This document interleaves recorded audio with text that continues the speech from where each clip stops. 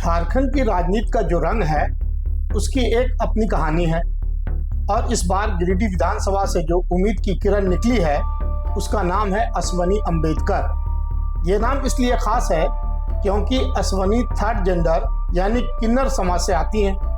ऐसा समाज जो हमेशा हाशिए पर रखा गया, नज़रअंदाज किया गया, पर अब वो मंच पर आ गया है, अपना हक मांग रहा है, हक की बात कर रहा है। अश्वनी अम्बेडकर ने अपने नॉमिनेशन में वो रंग दिखा दिया जो गिरिडीह की राजनीति में सालों तक याद रखा जाएगा। अश्वनी अपने समर्थकों के साथ निर्वाचन कार्यालय पहुंची तो सड़कें गुलजार हो उठी। ढोल नगाड़ों की थाप पर समर्थक नाच गा रहे थे। अश्वनी कहती हैं कि संविधान ने उन्हें जो अधिकार दिया है, जो पुरुष और महिलाओं को मिला है, वो मानती है कि किन्नर समाज अब केवल किसी नाच गाने तक सीमित नहीं है। उन्होंने एक सपना देखा है, गिरिडीह की जनता उनको विधानसभा भेजेगी और वो बदलाव की वो हवा लाएंगी जो गिरिडीह को नई दिशा देगी। अश्वनी का ये विश्वास, ये जज्बा उनके समर्थकों में भी साफ झलकता है। उनके नामांकन के साथ ही गिरिडीह की गलियों में जोश और उम्मीद की गूंज सुनाई दे रही है। अब ये खबर चली तो जैसे पूरे गिरिडीह में चर्चा का बाजार गर्म हो गया कि अब राजनीति में बदलाव की आहट है। इस बदलाव की अगुवाई कर रही है अश्वनी अम्बेडकर।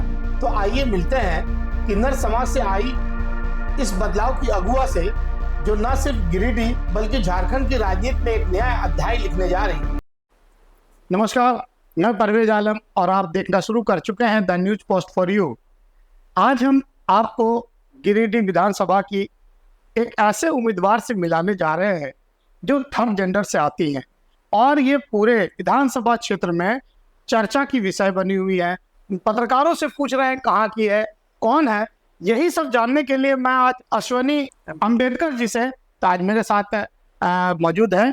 बहुत बहुत स्वागत है आपका मेरे चैनल में। मैं अश्विनी अम्बेडकर गिरिडीह से बोल रही हूँ और अपने विधानसभा क्षेत्र के नगर वासियों को अभिनंदन करती हूँ। जय झारखंड, जय जवाहर, जय संविधान। किस मिशन के तहत आप विधानसभा चुनाव लड़ रही? मेरा मिशन है शिक्षा, रोजगार और स्वास्थ्य को लेकर। शिक्षा हर व्यक्तिगत हर एक व्यक्ति को ज़रूरत है। जो शिक्षा नहीं जिनके पास होगा वो अपने हक अधिकार तक नहीं पहुंच पाएंगे और कहीं ना कहीं शिक्षा में हमारे विधानसभा में बहुत कमी है और बहुत पीछे है हमारा गिरिडीह।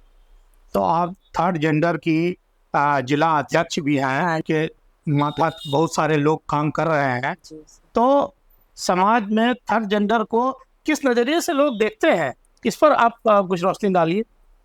हमारे समाज में थर्ड जेंडर को पहले बहुत नीचे नज़र से देखा जाता था, बट अब कानून हमारे लिए भी एक ऑप्शन डाला जिसे थर्ड जेंडर का कॉलम दिया गया और बराबर का नागरिकता दिया गया। इस लोकतंत्र के समय में हर एक को अधिकार है एमएलए का इलेक्शन या फिर और भी कोई इलेक्शन पार्टी में या अपने खुलकर ज़िंदगी, क्योंकि हमारा देश 1947 में आज़ाद हुई थी और उसके तहत हमारे संविधान के तहत हमें हर चीज़ का फ्रीडम दिया गया है। तो आपने अपने नाम के साथ अम्बेडकर क्यों लगाया? क्योंकि मैं जब क्लास टाइम में पढ़ रही थी तो बाबा साहब के बहुत लोकप्रिय थे और उनके ये नहीं कह सकते कि मैं उनके जैसा बन पाऊंगी, बट उनके मार्गदर्शन में कोशिश करूंगी कि मैं चलूं और समाज के लिए कुछ अच्छा करके दिखाऊं। और गिरिडीह बहुत हॉट सीट है। यहाँ के जो मौजूदा विधायक हैं वो पूरे रोक में रहते हैं और उन्होंने सत्ता की अपनी धमक भी दिखाई है। तो और पूर्व विधायक निर्भय कुमार शाहवादी भारतीय जनता पार्टी से है। तो इन दिग्गजों से और JLK के नवीन आनंद हैं, इन दिग्गजों से आप कैसे पार पाएंगे, कैसे लड़ेंगे आप? ये तो चुनाव का मैदानी क्षेत्र है, इसमें कहीं ना कहीं जीत और कहीं ना कहीं हार होती है सबकी। और मैं उन पूंजीपतियों से मेरे कोई कंपटीशन नहीं है। मैं अपनी जनता के बीच में, जनता का प्यार और आशीर्वाद रहेगा तो ईश्वर का एमएलए में अश्विनी अम्बेडकर जरूर आपके बीच में आएगी और जनता के प्रति अच्छा से अच्छा काम करके देगी। सबसे पहले कि हमारे गिरिडीह में पानी की समस्या काफ़ी ज़्यादा है और पूर्व एमएलए हमारे शाहवादी जी रह चुके हैं और अभी वर्तमान एमएलए हमारे सोनू जी हैं, पर इस समस्या पे उन्होंने कभी कोई समाधान नहीं निकाला। दूसरी है बिजली का भी समस्या काफ़ी ज़्यादा है और शिक्षा को लेकर भी और स्वास्थ्य को लेकर भी। इन चारों को मैं मोटिवेट कर रही हूँ और ये चार चीज़ें हर एक व्यक्ति को जीने के लिए ज़रूरत पड़ती है। अम्बेडकर जी, ये बात तो आप जानते हैं कि चुनाव में जाति बहुत बड़ी भूमिका रखती है और राजनीति में जाति को देखकर ही राजनीतिक दल के लोग टिकट देते हैं। आपको आपकी पार्टी ने जो टिकट दिया है उसके बारे में कुछ बताएं लोगों को। सबसे पहले तो हम जिस जेंडर से बिलोंग करते हैं हमारी कोई जाति ही नहीं है। लोगों ने ढूंढा है, हिंदू को ढूंढो, मुसलमान को ढूंढो, पर अभी तक किसी इंसान को नहीं ढूंढा है किसी पार्टी ने। अगर किसी इंसान को ढूंढते तो आज हमारा गिरिडीह इतना पीछे नहीं होता, क्योंकि मुझे बहुत अच्छा मौका मिला कि मैं अपने जनता के बीच में, अपने पब्लिक के बीच में, अपने जजमानों के बीच में, अपने परिवार के बीच में मुझे आने का मौका मिला। अश्वनी जी, आप तो जानती है चुनाव खर्चों का खेला है, हर कदम पर पैसे लगते हैं, यहाँ तक कि बूथ खर्च भी देना पड़ता है, प्रचार भी होता है और बहुत सारे खर्च होते हैं। आप ये खर्चीले चुनाव को कैसे आप लड़ पाएंगी? इस बात पे मैं एक बात कहना चाहूँगी, कोई मैं भू माफिया हूँ नहीं, मैं को ट्रांसपोर्ट बिजनेस वाली हूँ। मैं हूँ एक मिडिल क्लास फैमिली से, और इस मिडिल क्लास फैमिली को सिर्फ मेरा प्रोटेक्ट और मेरा सपोर्ट कर रहे हैं तो हमारी जनता कर रही है, हमारी पब्लिक सपोर्ट है। और मैं ये नहीं बोल सकती हूँ कि मैं ये कर दूँगी वो कर दूँगी। ये खर्च को मामले में कोई होता है कि नोट देकर वोट लेते हैं, बट मेरे पास नोट नहीं है। मैं जनता को काम करके दूंगी।